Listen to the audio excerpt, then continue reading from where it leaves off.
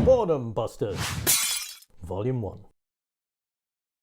The Great Thingamajig Contraption. Each one of these contraptions serves a purpose: to move an object up, down, left or right. Your task is to work out the direction and speed of 3 randomly selected gear wheels, and the direction of the main object. If you don't want to do the math, that's fine, just ignore the question on RPM. Things to remember.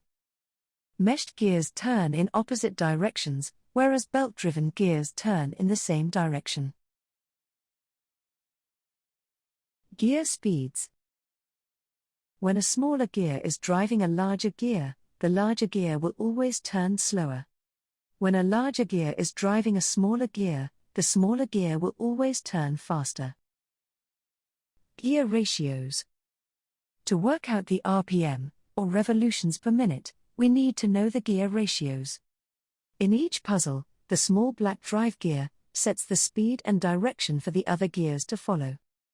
The number of teeth on each wheel is shown by this number.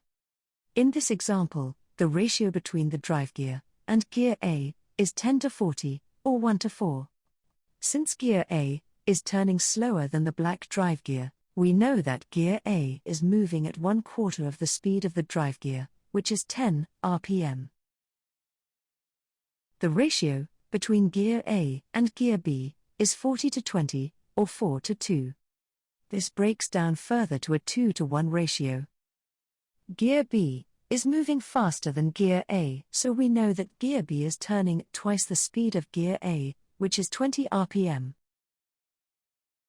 Gear directions. The arrow below the black drive wheel shows that it's turning counterclockwise. As these are meshed gears, we know that gear A is turning clockwise, and gear B is turning counterclockwise. Lastly, these ratios also apply to belt-driven gears. The only difference being the turn direction. Have fun!